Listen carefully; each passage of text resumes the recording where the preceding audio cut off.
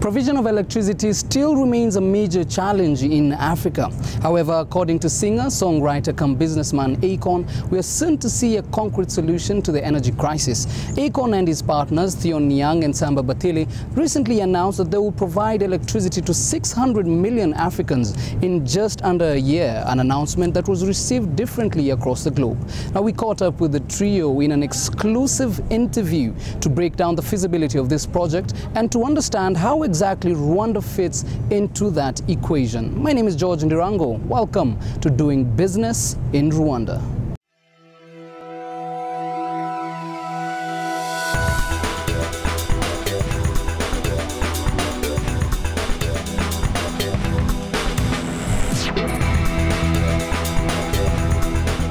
Around 19% of the world's population has no access to electricity. Here in Africa, it remains the biggest barrier to development, with only 5% in sub-Saharan Africa enjoying power in their homes and leaving 1.3 billion Africans in the dark. Platinum recording artist Akon and his team founded the Akon Lighting Africa project in 2014 and have so far managed to set up solar power in 14 countries in the continent. Here in East Africa, the group ventured into Kenya and now have their eyes set on Rwanda. Well, Rwanda is one of the leading countries in Africa that we actually want to be active in. It's pretty much no country left behind in so many words.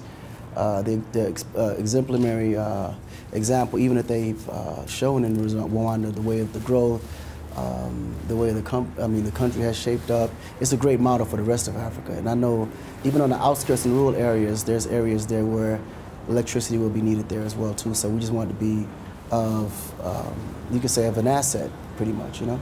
The Akon Lighting Africa project is not the first of its kind in the continent.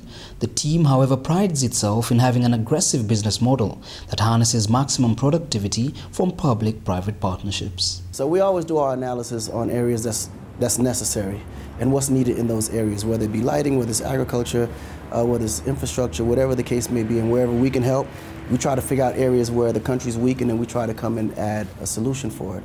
But first, what we naturally do, we always reach out to the government, a couple of government officials, whether it be ministers, the president, liaisons, and then we figure out what's needed in those countries and how we could be of help. And then we normally come in, meet with them, have the conversations, figure out what we can partner in and what we could do together in the country. And then we always bring in the next step, which is a pilot project. We'll come and set up a pilot project for the country so they can see our capabilities, what's to be needed and everything and so forth. And then from there, naturally, we always come back to inaugurate the pilot project, which is we invite all the people, invite the press, invite the ministers, invite the president to pretty much just showcase, okay, this is the project that we're planning to do and this is what to look forward to. And then after that, the next step is to actually execute. The project hopes to expand to 11 more countries by the end of the year and all of Africa by 2020. Commenting on the already existing solar projects, Akon maintains that they remain a cut above the rest in both quality and execution. The beauty of it is they're already into solar, so they clearly know the understanding of what solar is, the contribution of what solar could be. Our partners and what we provide is the most upscale solar equipment products that you can imagine. We got stuff that's not even in the market yet. And we want to be able to install things in Africa that is not secondary. We want to get the premium stuff into Africa. So ultimately, being the fact that they're already into the solar environment and understand the situation, how it works, it's easy to kind of pitch them of what we are capable of doing, what we'll be able to provide for the country, and how we can be able to conform and work together. One of the biggest advantages Akon Lighting Africa has is that it dips into a credit line of up to $1 billion from a Chinese solar system provider. This allows ease of loan repayment, allowing countries to clear the debt comfortably over an extended period of time.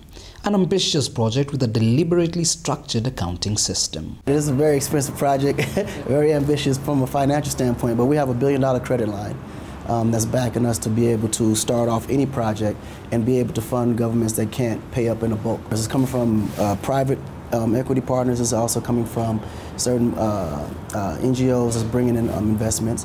But then we also partnered with specific countries in the UK, in Germany, and in Asia as well.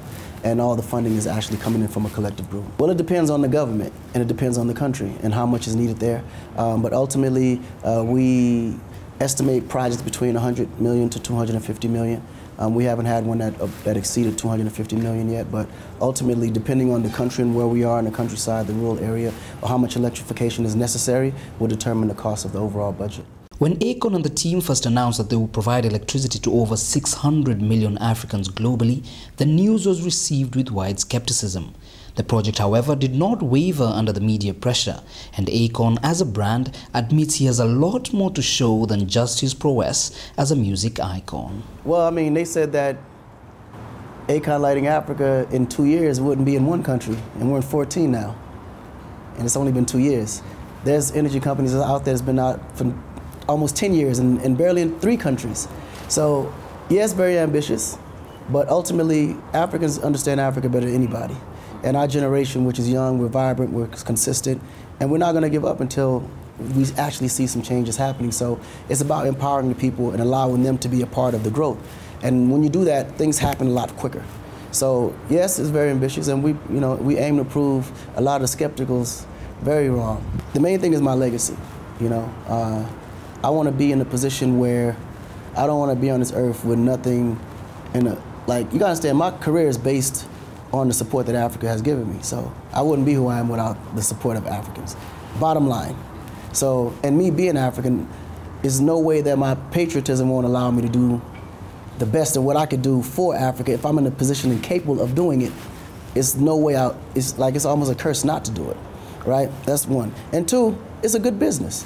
The way I see it, when you look at the growth of Africa and where it's heading from a business standpoint, this is the place you want to come. This is where you want to be able to invest. This is where you want to plant all your seeds in the end of the day, because Africa will become the future of the world's economy. So if you don't get in now, you're honestly going to miss out. So I definitely don't want to lose out on that position. After talking to Akon, we were joined by his partners, Thione Niang and Samba Bathily, who explained the genesis of the collaboration and broke down each of the roles the 3 individuals play in making the Akon Lighting Africa initiative a joint success.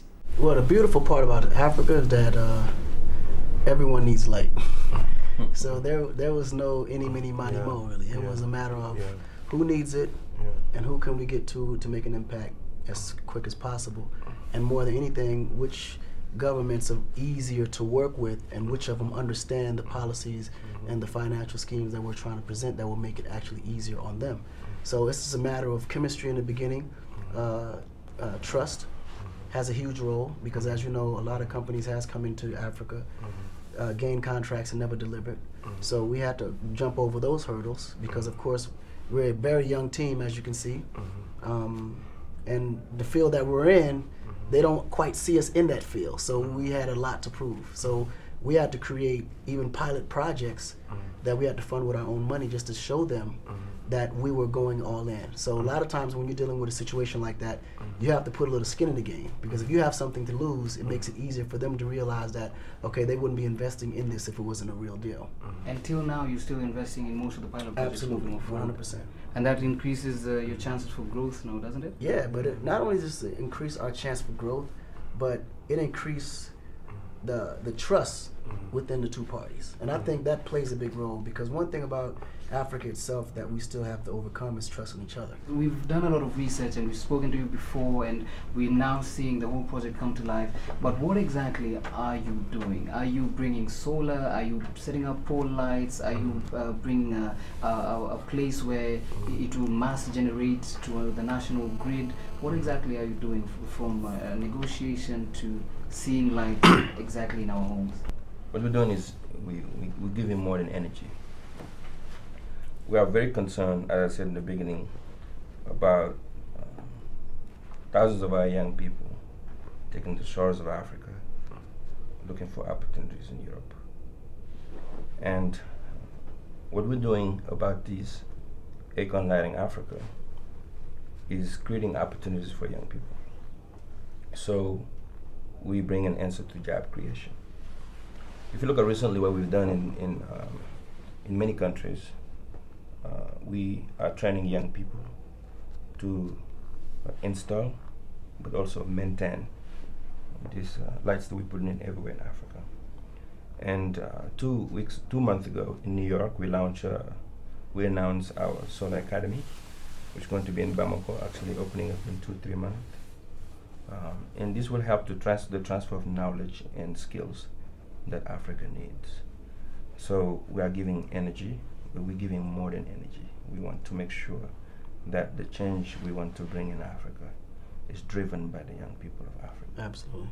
Now we know about a prepayment method and a post-payment method. So how do you go about deciding what method is proper for what particular government?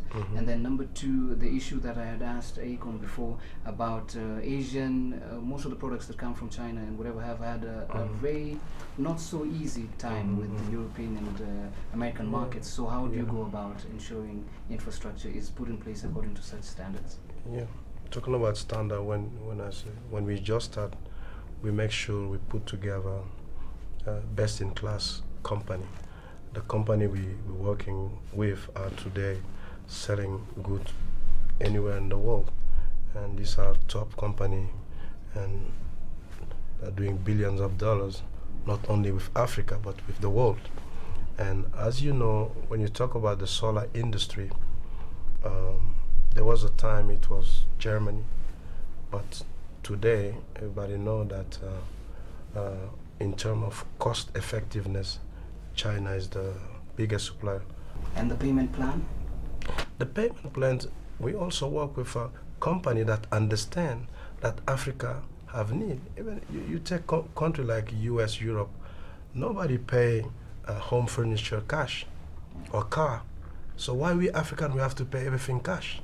We have to make things easier. Absolutely. That's why people can afford. 30 minutes ago, we was having a discussion with a group of technical, say that company are proposing product here, but people cannot afford. How people can afford if they don't have the money to pay upfront? But ask them to pay on a monthly basis, they can afford it. So you will have a massification. Without that, you cannot have a massification. So that's the same thing that we propose to the government on installment. We want to propose to the population. Because at the end of the day, what is important for us is the population.